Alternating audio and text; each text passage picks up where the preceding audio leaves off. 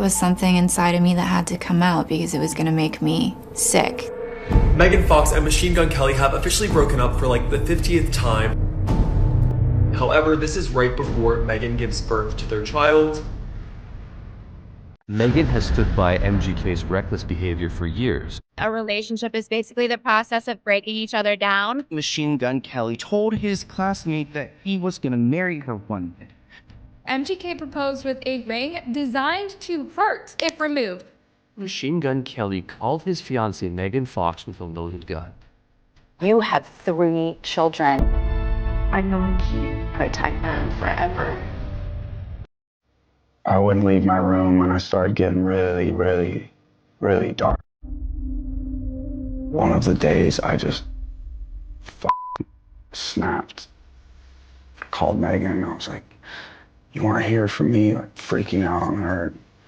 I would always sleep with this shotgun next to my bed. Dude, I put the shotgun in my mouth. And I'm yelling on the phone and like the barrel's in my mouth. Megan's like dead silent. When she met Machine Gun Kelly, their connection was instant. We're actually 2 halves of the same soul.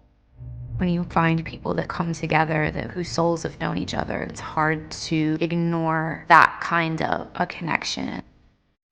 From the weird way Megan Fox and Machine Gun Kelly's relationship began, it seemed like their unhappy ending was inevitable. Megan was still married at the time. Megan and Brian were married for 10 years before she left him for MGK. And at the time, people had questions like, you really ditched a boring marriage for this? But Megan and Brian's relationship wasn't as wholesome as people thought. She was doing Hope and Faith at the time. I came and did an episode of it, and she was really young. At the table read was like, yeah, she's 17, so yeah, nobody touch her. And he gave his number out to everyone in case anyone needed to call him at some point. I knew he was giving me his number. She turned 18, and that was when we spent time together and started. I just was kind of in love with him right away. I just feel like I had to flat out say as a guy, you landed like the hottest chick of all time. Thanks. So congrats on that Thanks one. A lot. But Megan didn't recognize who the world was telling her she was.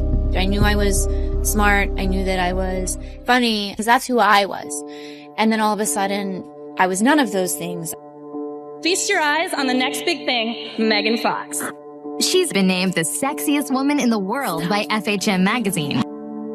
That part was so loud that it muted out the rest of who I was. And you were being made to play that character, which I think is even more traumatic. I wasn't allowed to be a human. I was a topic of conversation and gossip and punchlines. If you're delicate or sensitive at all, I think it's a really hard thing to go through. I am still human. I am still fragile in that way. Sometimes I feel like I just waste my energy giving myself to people who don't understand and won't appreciate. Megan never felt like she could be herself until she met Coulson. She said, how do you feel? And I said, I'm lost. And she said, let's find you. She's the most compassionate person ever, who loves me for me and all my crazy. MGK has been telling his friends how Megan is his dream girl, and he is always trying to make her happy. He's so romantic. MGK proposed with a ring designed to hurt if removed. Megan claims they drank each other's blood. MGK attempted to end his own life with Megan on the phone. I just snapped. Seriously, what are you doing with this dude? We've done every form of therapy that exists, and it's definitely a process. It's not an easy one. Some of it's really difficult. Megan Fox revealing for the first time a heartbreaking pregnancy loss. I had never been through anything like that before in my life. I have 3 kids, so it was very difficult for both of us, and it sent us on a very wild journey, together and apart and together and apart and together and apart, trying to navigate what does this mean and why did this happen. She really tried to make things work for the sake of their growing family. But when they got a second chance, Megan had to face the truth about her relationship with MGK. Megan Fox and Machine Gun Kelly have called it quits just weeks after their pregnancy announcement. When did you become the woman who realizes that person that you're engaging with will not get there. I think that I go on that same journey with every relationship. I enter every relationship as the girl who's hoping and who's wishing. I was addicted to the falling in love. I think I'm so much better equipped now to deal with it. My perception is different, my approach is different, and that allows for my experience to be different. Everything that I experience as a struggle or painful is an opportunity for growth, an opportunity for a lesson, for learning, for transcending.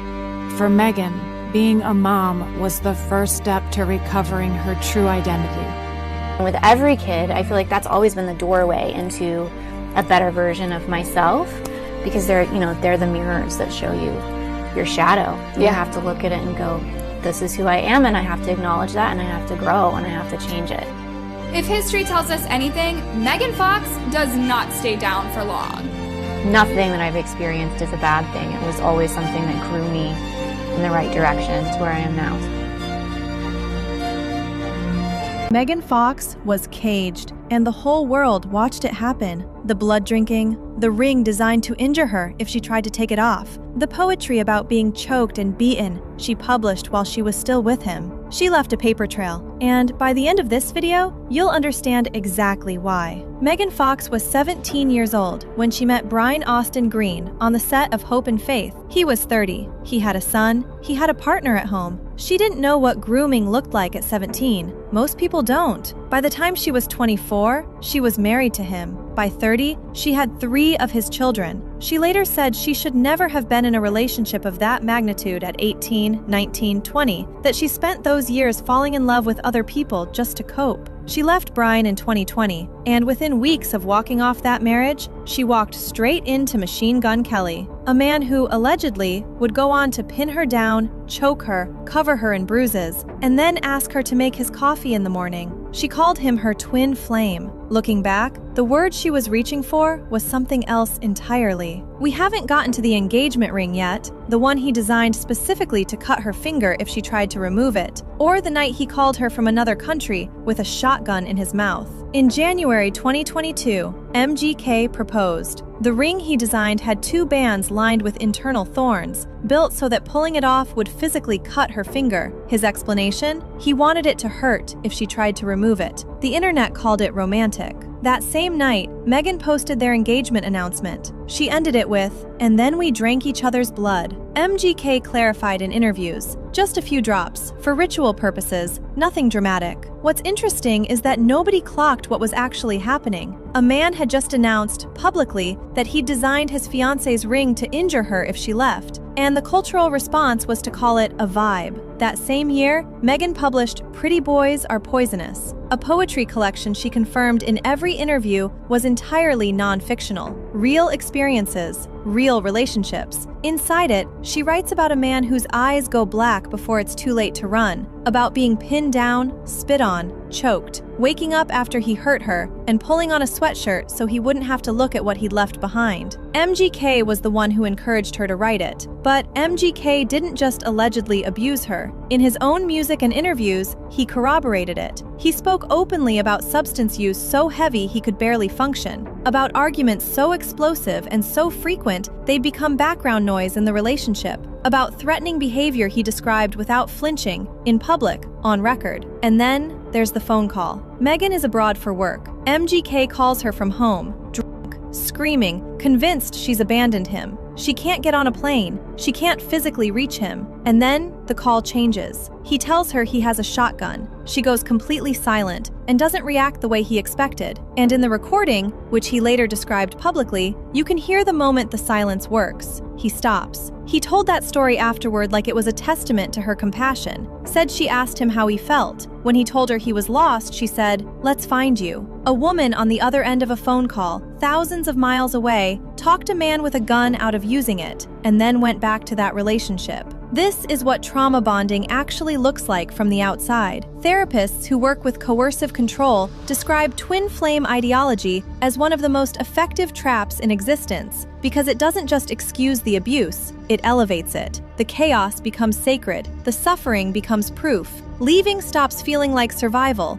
and starts feeling like a spiritual betrayal. Megan Fox arrived at this relationship having been conditioned since she was a teenager to accept men who took more than they gave. Brian Austin Green set that template when she was 17. MGK inherited it when she was 34. She went from one cage to a worse one, and both times, the men involved made sure she understood it was destiny. Psychologists have a clinical term for that pattern. The rest of us just watched it happen in real time and called it celebrity gossip. As for the poetry book, MGK encouraged her to write it. He sat with her through the process, and what came out was a documented account of physical violence, psychological dismantling, and a woman slowly disappearing inside a relationship she still couldn't name out loud. She published it while they were still together, still doing press, still wearing the ring with the thorns. That's not a woman processing her feelings. That's a woman building a case, for herself or for whoever came looking later. Megan Fox has a daughter now, a baby named Saga, born in 2025,